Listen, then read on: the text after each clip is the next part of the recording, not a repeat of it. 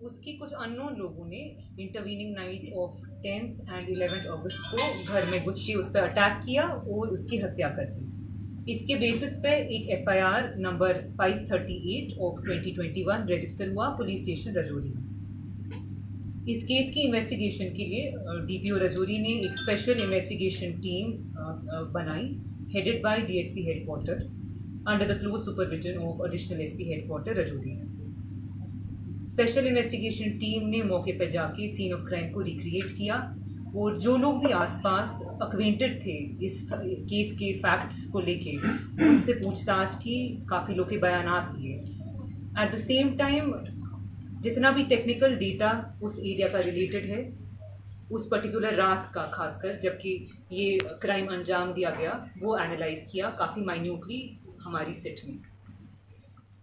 इस technical data और recreation of scene of crime और जो तमाम बयानात थे लोगों के उस एरिया में, उसके बेसिस पे कुछ सस्पेक्ट्स की जीरो इन की और जिनकी क्वेश्चनिंग स्टार्ट की। अल्टीमेटली 3 मेन सस्पेक्ट आइडेंटिफाई हुए हैं इस केस में।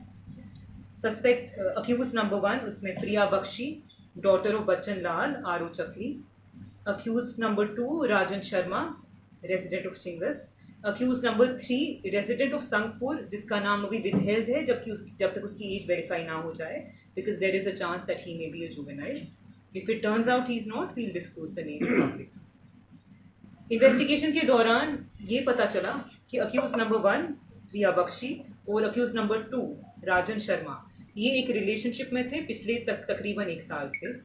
इस रिलेशनशिप के चलते हुए जो डिजीज है, जो कि भाई है अक्यूज नंबर 1 का, उसको सीरियस ऑब्जेक्शंस थे एंड उसने कई बार इस मुद्दे को लेके काफ़ी ऑपोजिशन दिखाई एंड समटाइम्स इवन फोर्सफुल।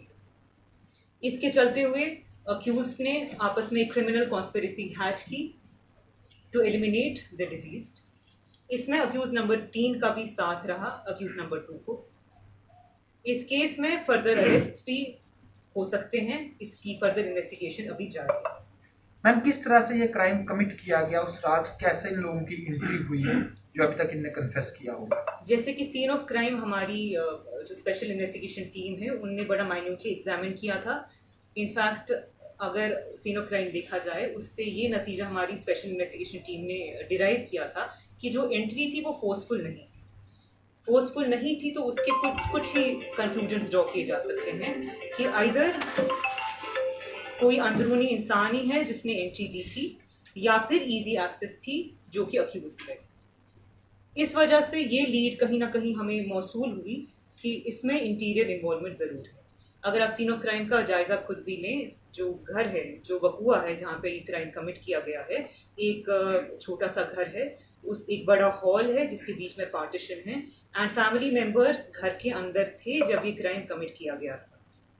उसके बाद जितना भी टेक्निकल डेटा एनालाइज किया हमारी टेक्निकल टीम ने और हमारी सिट ने मिलके, जीरो इन की गई नंबर्स के जो उस एरिया में एक्टिव थे उस पर्टिकुलर मौके के दौरान, उनका आपस में कोरिलेशन निकाल के ये पता चला कि जो रिलेटिव थी डिजीज की, one of the sisters of the disease, उसका राब्ता अक्यूज के साथ कंटिन्यूसली था एंड जो हमारा जो टाइम लाइन है जिसके बीच में ये क्राइम कमिट किया गया था, उनकी प्रेजेंस, उनकी एक्टिविटी उससे पहले और उसके बाद में ये कंक्लूजन सपोर्ट करती थी कि उनकी प्रेजेंस एरिया में थी और उसके बाद नहीं थी। फिर this was further substantiated by questioning of all the 3 accused. All the 3 have admitted to their involvement in the commission of the crime. इसमें हम कुछ और अरेस्ट भी एक्सपेक्ट कर सकते हैं जो क्रिमिनल कॉन्स्पिरेसी का पार्ट था। इसमें एक चीज़ कहनी बहुत ज़रूरी है, इस ऑफेंस के कमीशन के बाद काफ़ी अटेम्प्ट्स हुए कि पब्लिक को और इवन पुलिस को इन्वेस्टिगेशन के दौरान मिसलीड किया जाए, डिरेल की जाए इन्वेस्टिगेशन। हम उस एंगल को भी काफ़ी माइन्यूटली देख रहे हैं। मैम, जिस तरह से जो एक अक्यूज्ड है वो विक्टिम की सिस्टर है, कितना बड़ा चैलेंज ये राजौरी पुलिस के लिए था कि घर के अंदर से केस सॉल्व हुआ? और दूसरा मैम, ये भी सुनने को मिला है कि जो दूसरे 2 अक्यूज्ड हैं उनमें से भी कुछ लोग पोस्ट इंसिडेंट वहां पे देखे जाते थे ताकि वो जनरलाइज कर सकें और कॉमन उनका एक आइडेंटिटी रहे। वो कितना बड़ा चैलेंज साबित हुई? ये डेफिनेटली चैलेंजिंग था क्योंकि अगर कहीं भी किसी की फैमिली मेम्बर की डेथ हो जाए तो हम एक सर्टेन लेवल ऑफ सेंसिटिविटी में रख के बड़ी इंटेलिजेंटली इस केस की क्वेश्चनिंग की, इसकी टेक्निकल डेटा पे, वो सब्सटैंशियली हमारे केस को भी हेल्प किया और हमारी स्पेशल इन्वेस्टिगेशन टीम को भी राइट डायरेक्शन में पॉइंट करती है। चलिए